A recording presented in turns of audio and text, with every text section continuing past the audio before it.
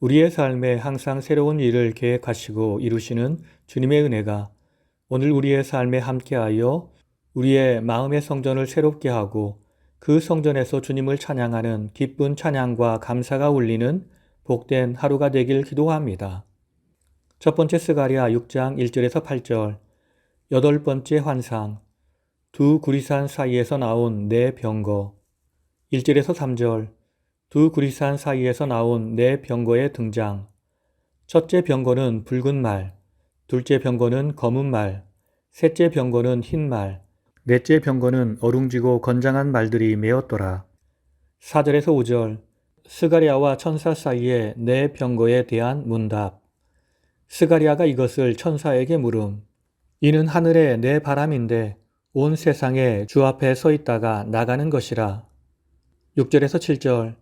내 병거의 말들을 향한 천사의 명령과 말들의 출발.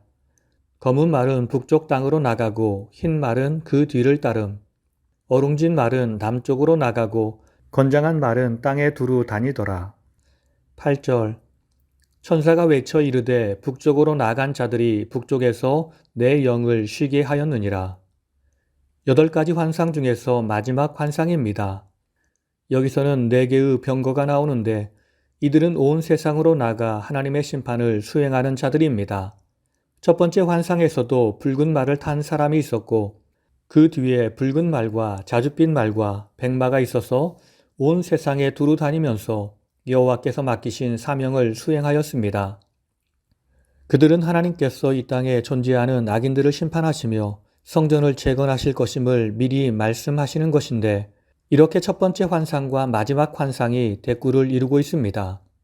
그리고 이어지는 9절에서 15절에서는 하나님께서 성전 재건과 관련되는 격려와 확신의 말씀을 주십니다. 두 번째 스가랴 6장 9절에서 15절. 성전 재건을 독려하는 대제사장 면류관 관련 기사들. 9절에서 14절. 대제사장 여호수아의 면류관 제작과 보관 및 종말론적 성전 건축자에 대한 예언 전달 명령. 10절에서 11절. 선민들의 헌물 수치와 대제사장 면류관 제작 및 수여. 바벨론에서부터 돌아온 헬데와 도비야와 여다야와 요시아에게 은금을 받아 면류관을 만들라. 11절. 면류관을 대제사장 여호수아의 머리에 씌우라. 12에서 13절. 종말론적 성전 건축자에 대한 예언 전달 명령. 보라, 싹이라 이름하는 사람이 자기 곳에서 돋아나서 여호와의 전을 건축하리라. 그가 전을 건축하고 영광도 얻고 그 자리에 앉아서 다스릴 것이라. 그와 제사장이 자리에 있어서 둘 사이에 평화의 의논을 하리라. 14절. 그 면류관은 헬렘과 도비야와 여다야와 헨을 기념하기 위하여 여호와의 전에 두라. 마지막 말씀은 대제사장 여호수아에게 은금으로 만든 면류관을 씌우라는 명령입니다. 이러한 대관식은 대제사장 여호수아를 마치 왕과 같은 존재로 인정하심을 알게 합니다. 또한 여기서 싹이라 이름하는 존재가 여호와의 전을 건축할 것을 예고합니다. 이 싹이라 이름하는 존재는 메시아를 가리킵니다. 이 말씀은 장차 메시아로 오실 그리스도께서 십자가 대속과 부활을 근거로 당신의 백성들을 친히 회복해 하실 것이며 이를 믿는 믿음의 근거에 교회를 세울 것을 말씀하신 것으로 볼 수 있습니다. 지금까지는 성전 재건을 위한 동료의 말씀이었습니다. 그리고 이어지는 본문은 성전 재건 공사를 마친 이후의 일을 기록하고 있습니다. 세 번째 에스라 6장 15절에서 18절. 제2성전 완공과 봉헌. 15절. 성전 재건이 완료된 때는 다리오 왕 제6년 아달월 3일이라. 주전 516년 12월 3일. 16에서 18절. 성전 봉헌식 거행. 16절. 모든 이스라엘 자손들이 즐겁게 하나님의 전 봉헌식을 거행함. 봉헌식 때 숫소 100과 순양 200과 어린 양 400을 드리고 지파의 수에 따라 순염소 12로 이스라엘 전체를 위하여 속죄제를 드림. 제사장을 그 분반대로 레위인들을 그 분차대로 세워 하나님을 섬기게 함. 네 번째 에스라 6장 19절에서 22절. 제2성전에서 유월절 준수. 19절 주전 515년 1월 14일 유월절을 지킴. 20절 모든 사람이 자기를 위하여 유월절 양을 잡음. 21절 스스로 구별하여 자기 땅 이방 사람의 더러운 것을 버리고 유월절 음식을 먹음.